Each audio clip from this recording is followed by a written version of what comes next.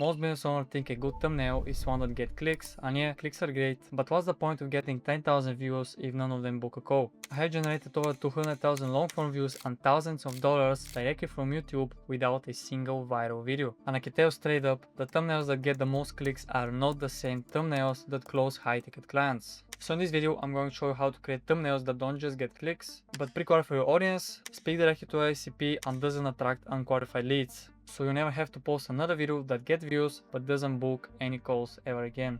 How to make a thumbnail that close high ticket clients. And before we start thinking about thumbnails, creating it, hiring a thumbnail designer, and so on, and you should be thinking about building a strong foundation, and that is your idea.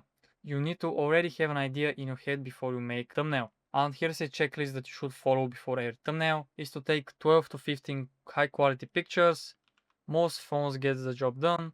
Record multiple emotions: happy, sad, surprised, shocked. Point in multiple directions: up left, up right, down left, and down right. Open hand, close hand variations, and wear solid colors, no distractions. And here's a quick sheet that you can follow before creating a thumbnail. Before every thumbnail, you can take 15 photos of every different emotion: angry, anticipation, bored, confused, so that your thumbnail designer can have options and he can play around with different thumbnails and different ideas. Take a screenshot and you can use this in your next video. After you're done with the idea, you already have a solid foundation. We move on to the psychology behind the thumbnails. Your thumbnail isn't competing for views, it's competing for qualified leads. And here's the psychology flow viewers go through before clicking on your video. First, the thumbnail stops the scroll, then they read the title to understand what they get, and after that, they look back at the thumbnail to confirm the promise. And how it basically works is the thumbnail gets the attention and the title gets the click. That's the whole psychology. Your thumbnail must create a desire loop, not an interest loop. So what even is an interest loop and a desire loop? So an interest loop is entertainment content and a desire loop is a transformation content. Let's say how you can get me from point A to point B, right? And let's say point A is $0 and point B is $10K. It's easy as that. What you want to do is your thumbnail needs to speak to your ICP and hit their desires and pain points and basically show the transformation. Use the exact language your ICP uses. If they say I'm stuck at 30K per month, put that in your thumbnail. If they say can get qualified leads, use that phrase. We recently used the same format for one of my clients. We basically did the same. We used a language that his ICP uses or his ICP watches. So there's a trading format in the trading niche, how we make X amount of money live day trading. So we implement that on his channel, and you can see that the thumbnail is basically that we speak to our ICP's desires, and one of their desires is every trader wants to be profitable and make money with it. So what we did is basically put the amount that he made. We also put the chart showing that live day trading, and this is enough to speak to our ICP and basically hint them that this video will be about live day trading, how he's going to make money, showing real results in real time.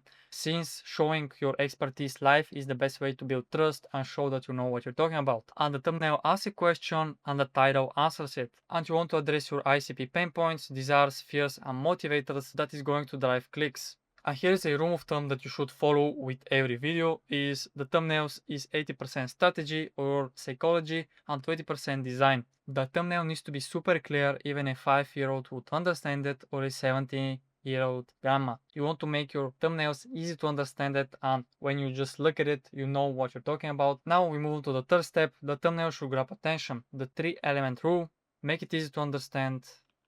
Too many elements, confusion equals no clicks, and less is more. You must be using contrasting colors within your thumbnail: orange on blue and white on black. Increase saturation and brightness so your face pops up more. And you should be following a pretty basic psychology, is that green equals good and red equals bad. And we did that for one of our clients. As you can see, he made 12K and we didn't do it red because he didn't lose anything. He actually made 12K. So it's a good way to indicate that he's profitable and he made money. And you basically, what you need to understand is that YouTube is a battlefield and every video is battling for attention. And if your thumbnail doesn't stand out, doesn't have something unique in it, or it doesn't speak to your ICP, you won't get the click. Because there are thousands of videos every day posted, that means that your ICP should be thinking, why should I watch your video when I can go watch another video? And here's the thing that I see most business owners get wrong is they don't optimize their thumbnails for dark mode on YouTube. And since 81% of people on YouTube use dark mode, that means that you should always try to have a white background or a white thumbnail or colors that stand out on black. As you can see, this is one of my recent thumbnails, and you can see how clear this thumbnail is on dark mode. And here's another way to optimize your thumbnails is by using large faces with emotions, and that way the viewer knows what should he feel. Shock faces equals you will be shocked, and serious faces equals strategic important content. And 3 is to visually comparing graphics, phone screenshot showing dashboard earnings, charts with numbers, and must represent the transformation, desire, loop. And 4th, you should be using large text, numbers, or dollar signs. Big round numbers, huge fonts that stand out, 50k per month, 27 calls, or 10% better. And here's another strategic way to direct attention and basically get the click is direct attention to specific elements and guide where to look. As you can see, we use it in one of my recent thumbnails. It's this red line that is basically showing you need to be doing this. Then again, for our client, we use this exact same approach. As you can see, we used an arrow. And here's a checklist that you can follow before every video. Is it understandable at a glance? Does it pop against other thumbnails? Can I read the thumbnail size? Will I click this as the target audience? Does the emotion match the promise? And are there too many small details? So now you know how to create thumbnails that gets attention. But if you don't want to actually hire a thumbnail designer, manage him, I waste 5 to 10 hours per week trying to come up with ideas and making the thumbnails. You can book a call with me in the first link in the description, and you'll be speaking directly with me, and we're going to handle everything for you from A to Z: ideation, strategy, thumbnail, editing, SEO, everything done for you. Let's jump back in the video and let me tell you about how to come up with titles that get the click. And before every video, you should be conscious about the thumbnail and title mismatch. You don't want to mention the same thing in the thumbnail and the title. They need to work together. If they don't align, viewers get confused and don't click. Thumbnails don't explain the video, they create curiosity, and the title gets the click. And how you can test that is by using this simple software, the YouTube thumbnail tester. And how it works is, let me show again, is basically you put in your thumbnail and the title, and you see how it looks, and it basically it's comparing your thumbnail to other thumbnails, and you can see how it looks on mobile, on PC, and so on. And what you want to do as a test is to look at the thumbnail and just don't show the title, and just look at the thumbnail and ask yourself, does this make sense to me? Does this make sense to my ICP? And is it clear enough what the video will be about? After that, you remove that and look at the title and think to yourself, okay, does this make sense and would I click on this video? So this is how to do a quick thumbnail test. And what you should be aiming for titles is 50 to 70 characters max.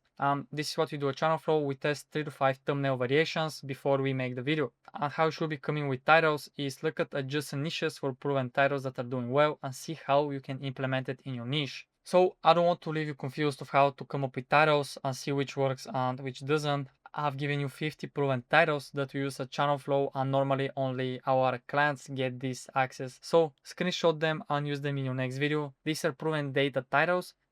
So take a screenshot and use this in your next video.